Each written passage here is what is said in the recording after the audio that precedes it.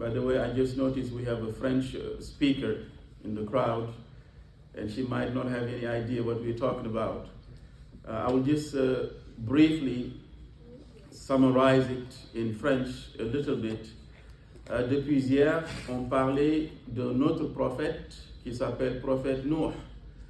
En français, c'est également prophète Noah. C'est très important pour nous d'apprendre la vie des prophètes parce que ça nous sert de leçon, ça nous sert également de fortifier et de solidifier notre foi. C'est pourquoi on parle de beaucoup de prophètes. This is the reason why we talk about these different prophets. Nuh alayhi salam was a prophet that lived over 1,000 years. Because for 950 years, il a appelé les gens vers Allah pendant 950 ans. 950 years.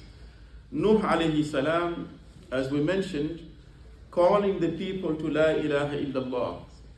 And the people, unfortunately, they started to worship idols.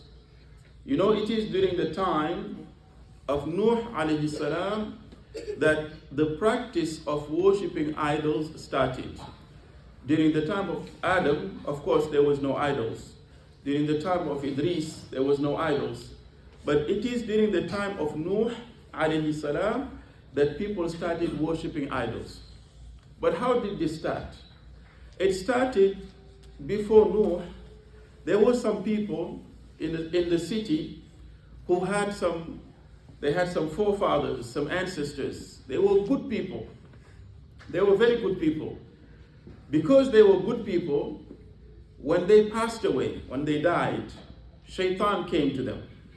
And listen to this. When they died, Shaitan came to them and told them, you know, amongst your grandfathers, your ancestors, there were some good people. And they gave 5 names. And these people were so good that your grandfathers used to honor them, used to venerate them. But they're not here anymore. Because they are not here anymore, Shaitan is talking. He said, I advise you that you make a statue for each one of them. If you make a statue, you will start to remember them. And they started making statues. When they made the statues, to remember them, to honor them, and generation after came, and they did not know why these statues were here, and they started to worship them. This was the time of Nuh alayhi salam. This is the beginning of worshipping idols. So Nuh came and told them, you are not supposed to worship idols, only worship Allah. They did not believe in him. They belied him. They rejected him. They were very violent towards Nuh alayhi salam. So Allah told him, now I want you to depart from this city. Build an ark. And that's where we stopped yesterday. To build the biggest ark in history. That is why you can read in the books of history, the Ark of Noah. The Ark of Noah. And this is Nuh alayhi salam building a huge boat so that he can save himself and save his people. The people were laughing at him. Why? Because he was in an area, there was no water. There was no ocean. There was no sea. So why is this man that we already called him crazy, we call him Majnoon, we call him all kind of names, now he's building an ark. This adds more to their accusations. Now he's even more crazy than we thought. He's crazier than we thought. But Nuh alayhi salam knew what was coming. And what was coming was the punishment of Allah. See, every time Allah sends a prophet, and this prophet calls people to Allah, if they reject, Allah will give them respite. Allah will give them some time. If they continue to reject until the end, what will come is the punishment from Allah. This is the story of the prophets. Punishment will come on those people. But the prophet will know that the punishment is about to come. So he will leave the city. He will depart with those who believe in him. Allah told him to build the ark. He finished building the ark. After he finished building the ark, Allah gave him a command. And that command was to take every creation and put a male and a female. Take all the animals, the lions, the tigers, the sheep, the goat, the cows, every type of animal, take one male and one female. One male and one female. So the boat or the ark was built in 3 decks, 1, 2, and 3. On the bottom, that is where the animals were. The goats, the sheep, the cow, everything was there. Nuh was calling them. One by one they were entering. In the middle, it is where human beings were, the people. And again, the number of the people was just about 80.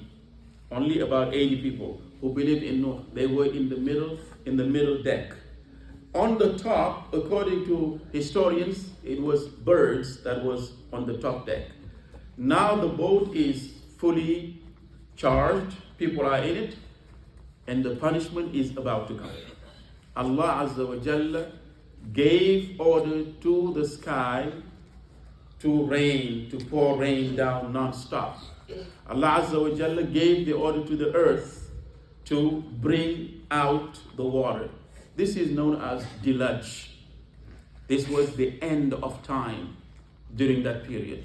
Everyone who did not believe in Allah, everyone who did not believe in Prophet Nuh drowned in the Deluge.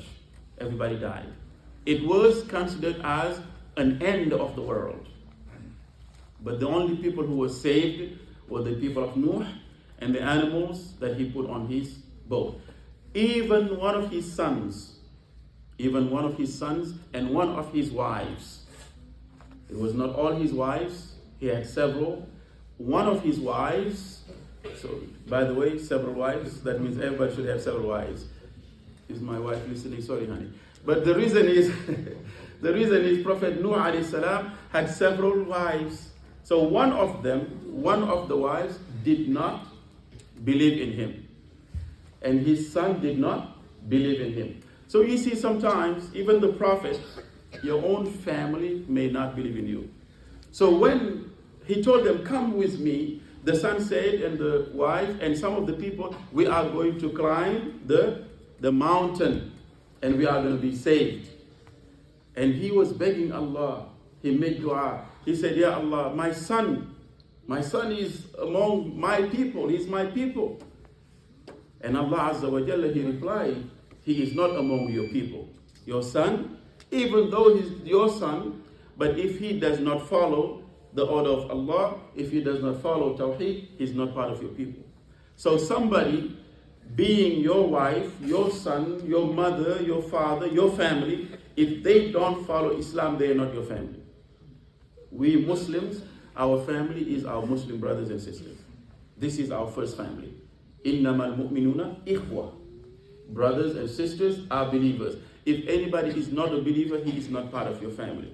In fact, for you to know, when it comes to mirath, which is inheritance, if somebody dies, if you die, your family should inherit your wealth. But if you are a Muslim and you have a son who is not a Muslim, he cannot inherit you. If you have a daughter who is not a Muslim, she cannot inherit your money. Likewise, if you had a father who is not a Muslim, if that father dies, even though he's a millionaire, you cannot inherit them. It's haram for you. So Allah told Nuh alayhi salam, he is not among your people. So we have to be Muslims, we have to follow Islam, we have to follow Tawheed if we want to be brothers and sisters. So this was the end of the story of Prophet Nuh alayhi salam.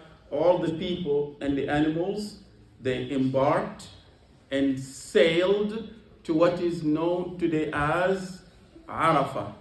The area of Arafah today in Mecca, this is where most scholars say this is where the Ark of Noah landed.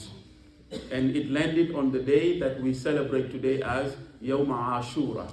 You know, in the month of Muharram, the first month of the Islamic calendar, on the 10th day that we fast on that day, Yawm Ashura, it is said by some scholars that it is the day that Allah saved Nuh and his people. And it is one of the reasons that we celebrate the day of Ashura. And other prophets also, Musa alayhi salam was saved from Fir'aun on this day. Allahu Ta'ala A'lam.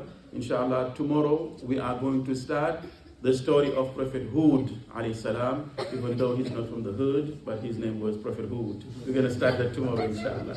All right, we stand up. Time for salah.